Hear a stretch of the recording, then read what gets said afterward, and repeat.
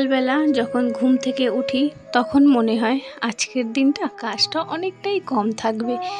তো সেটা ভেবে একটার পর একটা কাজ করেই যাই, কিন্তু কাজ আর কম হয় না। সারাটা দিন তো রেস্ট পাই না আমরা। রাত্রে খাওয়া দাওয়া করে যখন শুতে যাই তখন এটাই বলি ঠাকুরের কাছে, ঠাকুর সকালটা যেন তাড়াতাড়ি না আসে, একটু রাত বেশি করে দিও। কিন্তু ওই যে চোখ বন্ধ করলেই সকালটা হয়ে যায়, সকালে উঠেই কোমর বেঁধে শুরু করো কাজ করতে। শুভ সকাল আমার প্রিয় পরিবার, কেমন আছো তোমরা সবাই? আশা করছি তোমরা সবাই খুবই ভালো আছো। যে যেখান থেকে আমার ভিডিওটি দেখছো তোমাদের সবাইকে অনেক অনেক স্বাগত জানিয়ে আজকে আমার এই ভিডিওটি শুরু করছি। আশা করছি তোমাদের কাছে একটু হলেও ভালো লাগবে।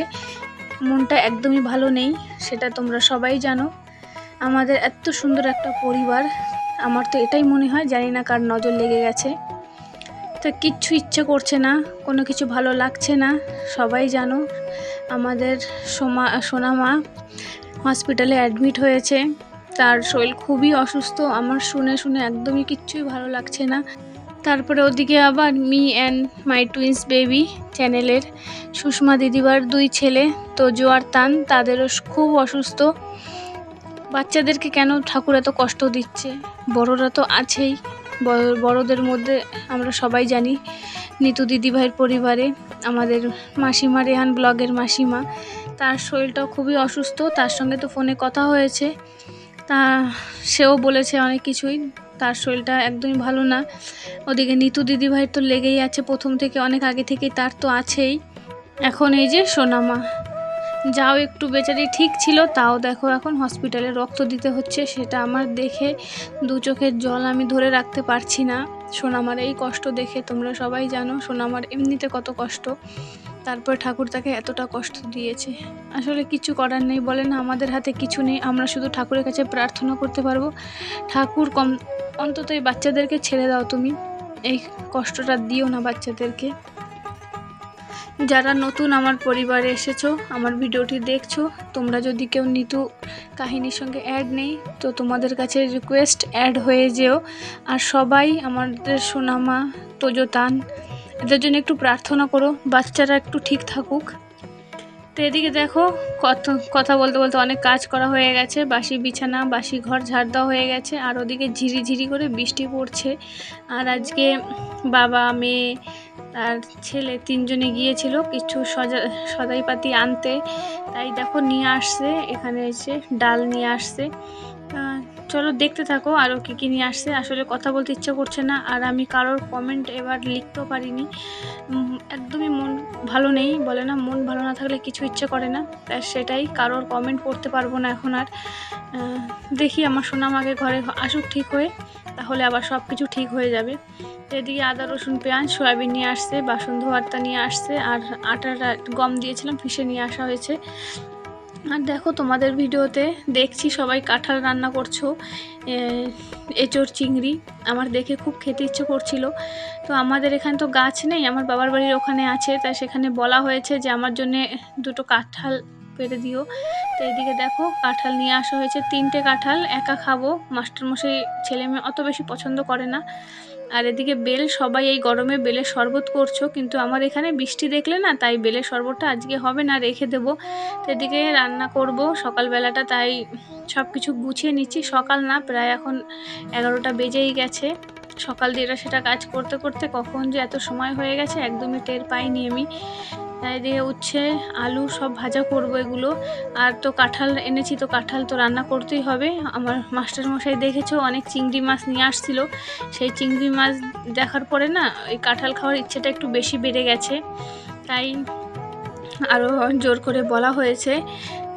তো এদিকে আর দেখো কারেন্ট দেখেছো, আমাদের এখানকার এই হচ্ছে সমস্যা, কারেন্ট একটু পরপর চলে যাচ্ছে। আর যেহেতু মৌসামটা আজকাল ঠিক না একদমই, তার জন্য আরও বেশি হচ্ছে, অন্ধকার হয়ে গেছে। তা কারেন্ট এখানে কিন্তু আসেনি, আমি ফোনের লাইটটা জ্বালিয়ে একটু একটু করে ভিডিও করে নিয়েছিলাম। আসলে ভিডিও করার একদমই ইচ্ছে নেই, কিন্তু কিছু করার নেই, ভিডিওতে আমার একদিন পরে একদিন দিতেই হবে, তাই ভেবে আবার একটু ভিডিও করে নিয়েছি।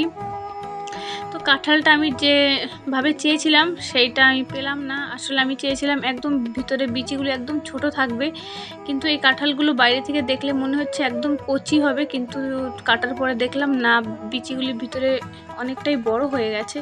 তা চলো এখন যা আছে তাই দিয়ে চালিয়ে নিই। এগুলো খেতেও কিন্তু বেশ ভালো লাগে।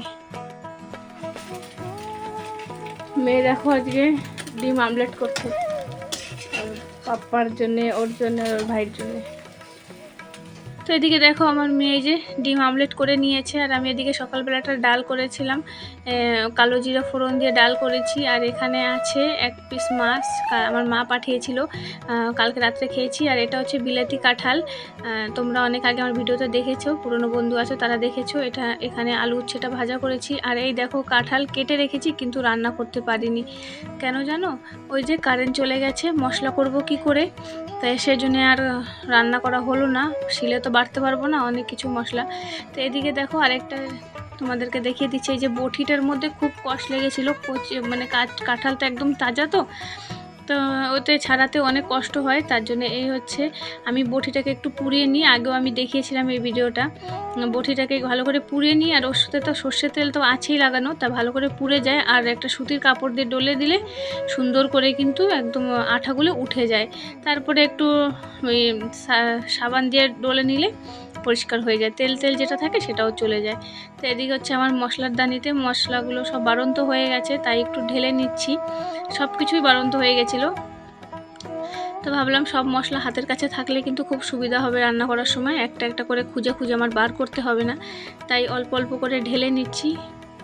কালো জিরে, সর্ষে, জিরে, লঙ্কার গুঁড়ো, হলুদ গুঁড়ো, গরম মশলা, গোটা গরম মশলা একটা বাকি আছে, সেটার মধ্যে দেখো বানিয়ে নিচ্ছি। এটা হচ্ছে 5 ফোড়ন বানাবো আমি। আর আমি প্রায় ঘরে আমার জিনিস থাকে, আমি ঘরে বানিয়ে নিই 5 ফোড়নটা। দোকানের থাকলে না কখনো কখনো মেথি বেশি থাকে, ছেলে মেয়ে খেতে চায় না, তাই আমি নিজে বানিয়ে নিই। আর এই 5 ফোড়নটা বানানোর সময় আমার একজনের কথা মনে পড়েছে, আমার দিদিমা, আমার মার মাসি, সে আমাদের এখানে থাকে। তো সে আমাকে ফোন করেছিল মিষ্টি আচার কী করে বানায়, তা তাকে আমি বলেছিলাম দিদিমা ঘরে যা মশলা আছে তুমি তাই দিয়ে বানাও, ধনে জিরে এই সমস্ত ভালো করে ভেজে বানাবে, শুকনো লঙ্কা। বলছে কি তা তো কিছুই নেই, জানি না কোথায় রেখেছে, খুঁজে পাচ্ছি না। তো আমি তাকে বলেছি ঠিক আছে, তুমি কিছু যদি না পাও তাহলে 5 ফোড়ন দিয়ে 5 ফোড়নটা ভালো করে ভেজে গুঁড়ো করে নাও, ওটাতেও সুন্দর গন্ধ আসবে। তো আমাকে কি বলে 5 ফোড়নটা কী জিনিস, আমি তাই নিয়ে খুব হাসাহাসি করেছি, তাকে বকাও দিয়েছি, তুমি আমার দাদুকে কি করে রান্না করে খাইয়েছো, তুমি 5 ফোড়নটা চেনো না। বলে কি না আমি 5 ফোড়ন দিয়ে কখনো রান্না করিনি। তা বোঝো তোমরা, এখন সে আগেরকার দিনের মানুষ, সে 5 ফোড়নটা চেনে না। তারপরে বলে দিয়েছি, সে কীভাবে বানিয়েছে সেই জানে।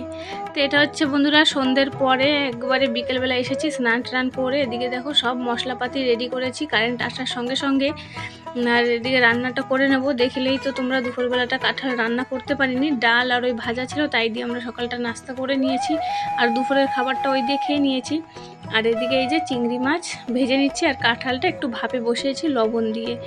আর এদিকে লবণ আর হলুদ দিয়ে শুধু চিংড়ি মাছটা ভাজা করে নেব।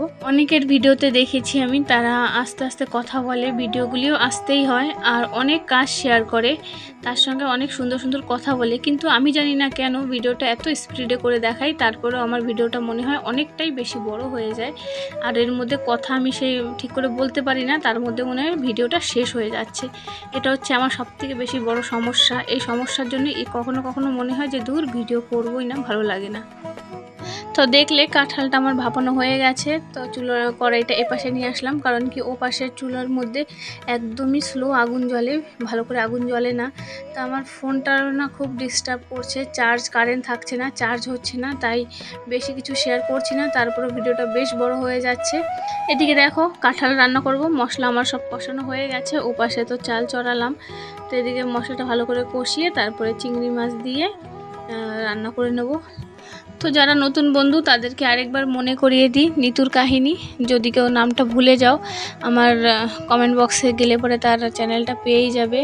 সে ভালো করে ভিডিও হয়তো দেখতে পারছে না এখন, তার আমার বক্সে আসতে খুবই দেরি হয় তার কমেন্টটা, তার জন্য পিনও আমি করতে পারছি না সেভাবে।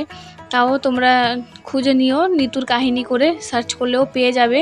তো তোমরা প্লিজ দিদিভাইকে একটু সাপোর্ট করো। তোমরা সবাই যদি তার পরিবারে যাও, তার ভিডিওগুলি পুরোটা দেখো, দেখলে পরে তোমরা বুঝতে পারবে যে কেন তোমাদের কাছে এত রিকোয়েস্ট করছি। গেল ভিডিওতে হয়তো আমি এই কথাগুলি বলা হয়নি, তো এই ভিডিওতে আবার বলে দিচ্ছি। আর আমার সোনা মা, তারপরে তোজোতান, সবার জন্য, ওদের জন্য একটু প্রার্থনা করো।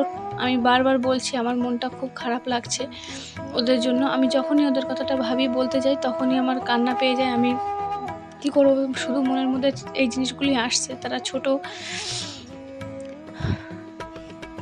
তো দেখো, এদিকে গরম মশলাটা দিয়ে দিয়েছি, দেখেইছো গরম মশলাটা কীভাবে ভেজে নিয়েছি। আর মানে ওটা ছেঁচনিটার মধ্যে একটু গুঁড়ো করে নিয়েছি, আর ধনেপাতা দিয়েছি। রান্নাটা আমার কমপ্লিট, আর রান্নাটা হয়ে গেছে। তো পরের দিন তো ভয়েসটা রেকর্ড করছি। সত্যি বন্ধুরা, এতটা টেস্ট হয়েছিল খেতে। আমার মেয়ে তো খায় না বেশি, ও ওই সমস্ত কাঁঠাল বেশি খেতেই চায় না। আর আমার ছেলের কথা তো বাদ দাও, ও যতই ভালো থাকুক না কেন, ও খাবে না। কিন্তু আমার মেয়েও খেয়ে অনেক ভালো বলেছে, মা সত্যি কাঁঠাল তরকারিটা আজকে খুব টেস্ট হয়েছে। আমার মাস্টারমশাই এই সমস্ত খেতেই চায় না, তো ও খেয়ে অনেক তারিফ করেছে, না আজকে তরকারিটা খুব টেস্ট হয়েছে। তো যাক, ওদের কাছে ভালো লেগেছে, এটাই অনেক। কষ্ট সফল হয়ে গেছে। তো তোমাদেরকে বলেছিলাম আটা নিয়ে আসছে, তা সেই যে আটাগুলো চেলে নিই ভালো করে, কারণ কি এটা তো দোকান দিয়ে কেনা আটা না, এটা হচ্ছে আমি গম বেছে দিয়েছিলাম, সেটাই পিষিয়ে নিয়ে আসা হয়েছে দোকান দিয়ে। তো এর মধ্যে খুব বেশি ময়লা থাকে, তা দেখতেই পাচ্ছ কতটা করে ময়লা বের হচ্ছে। তা আমার ছেলে মেয়ে ফোনের কাছে বসে মাতুব্বরি করছে, তাই দেখো ফোনটা শুধু নড়াচড়া করছে, দুজনের শুধু বদমাশি চলে যাচ্ছে। তো এখন এই যে আটাটা ভালো করে চেলে রেখে দিলে পরে মাঝে মধ্যে সকালবেলাটা ছেলে মেয়ের জন্য রুটি করে দিতে পারবো। আর আমরা তো এই গরমে বেশিরভাগ পান্তাই খেয়ে নিই, মাছ থাকে এখন, মাছ ভাজা করে পান্তা খেয়ে নিই। তো ওদের জন্য দুটো দুটো করে 4টে রুটি বানিয়ে দিলে ওরা খুশি। তো এদিকে আমার গম বলছি, আটাটা পুরো চালা হয়ে গেছে। আর ওদিকে ওই দুই বদমাসের অবস্থা দেখো, দুইজনে মিলে কি করছে।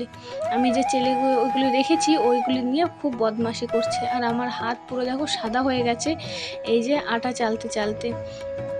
তো এদিকে তো এইগুলি কমপ্লিট হয়ে গেছে। তো রান্না ওদিকে দেখেছো আমার কমপ্লিট হয়ে গেছে। তো এখন প্রায় রাত বেজে গেছে, 8:30 পৌনে 9টা হয়ে গেছে। এই দেখো মুছে নিচ্ছি, তার মধ্যে আমাদের এখানকার কারেন্ট ফুটুস। কারেন্টের আর কি বলবো, কারেন্ট থাকছেই না, পুরো জায়গাটা দেখো সাদা হয়ে গেছে। দেখলে তো কারেন্ট চলে গেছে। তো কারেন্ট আসেনি এখনও, মাস্টারমশাই ঘরে চলে আসছে। এই দেখো,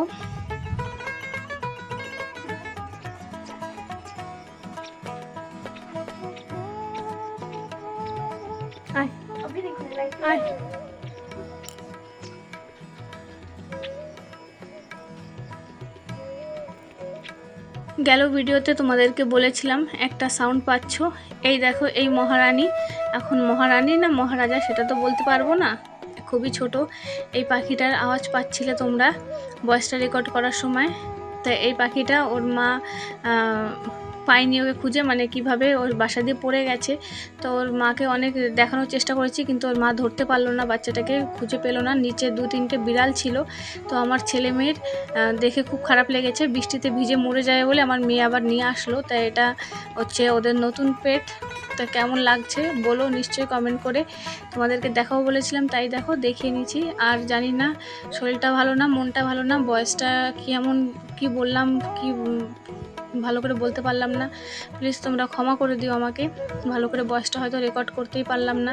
তো এখন একে কি খাওয়ানো হচ্ছে, ভাত আর চাল খাওয়াচ্ছি, আর জানি না কি খাওয়ানো যাবে, যেটা পাচ্ছি এখন ওইগুলি খাইয়ে দিচ্ছি। তো চলো বন্ধুরা, আজকের মতন ভিডিওটা এই পর্যন্তই। তোমরা সবাই খুব ভালো থেকো, সুস্থ থেকো, সাবধানে থেকো। এই গরমে নিজেদের প্রতি একটু যত্ন নিও। তো চলো আজকের মতন সবাইকে টাটা।